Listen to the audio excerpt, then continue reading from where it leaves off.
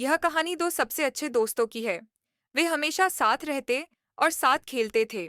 एक नन्हा बाघ राजा और एक छोटा प्यारा खरगोश सोनू।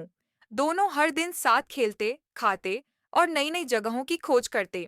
एक दिन राजा और सोनू ने तय किया कि वे जंगल के दूर कोने में स्थित रहस्यमयी अकेली गुफाओं की सैर पर जाएंगे। वहां जाना थोड़ा डरावना था, क्योंकि कोई भी जानवर वहां नहीं जाता था, लेकिन दोनों दोस्त रोमांच के शौकीन थे। पहले तो सोनू ने वहां जाने के लिए मना किया, पर राजा के बहुत जिद करने पर वह मान गया। फिर वो दोनों बिना किसी को बताए गुफा की ओर चल पड़े। रास्ते में एक नदी पड़ी, उन्होंने वहां पानी पिया और खेलते हुए आगे चल पड़े। चलते चलते वे गुफाओं के पास पहुंचे। वहां की चुप्पी अजीब थी, न कोई परिंदा न कोई आवाज। सोनू को थोड़ी घबराहट हुई, लेकिन राजा ने हौसला देते हुए कहा, मैं हूं ना, डरो मत। दोनों गुफा के अंदर घुसे। दीवारों पर चमगादड़ लटक रहे थे और ठंडी हवा चल रही थी। अचानक गुफा की गहराई से चार भूखे लकड़बग्घे निकलकर उनके सामने आ गए। वे दांत निकालकर गुर्रा रहे थे।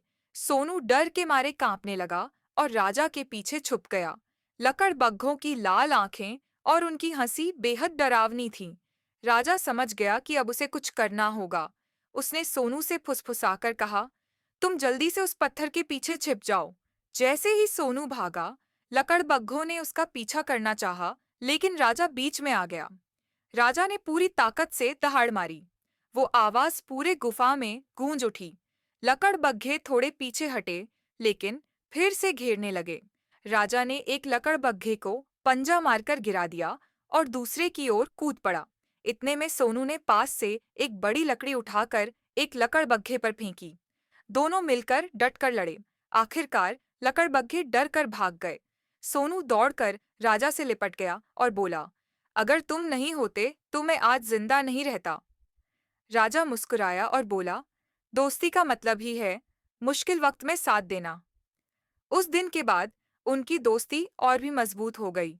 जंगल में सब जान गए कि राजा सिर्फ बहादुर है ही नहीं, बल्कि अपने दोस्तों के लिए जान भी लगा सकता है। और सोनू, वो जानता था कि उसका सबसे अच्छा दोस्त दुनिया का सबसे बहादुर बाघ है। कृपया मेरे चैनल को सब्सक्राइब ज़रूर करें।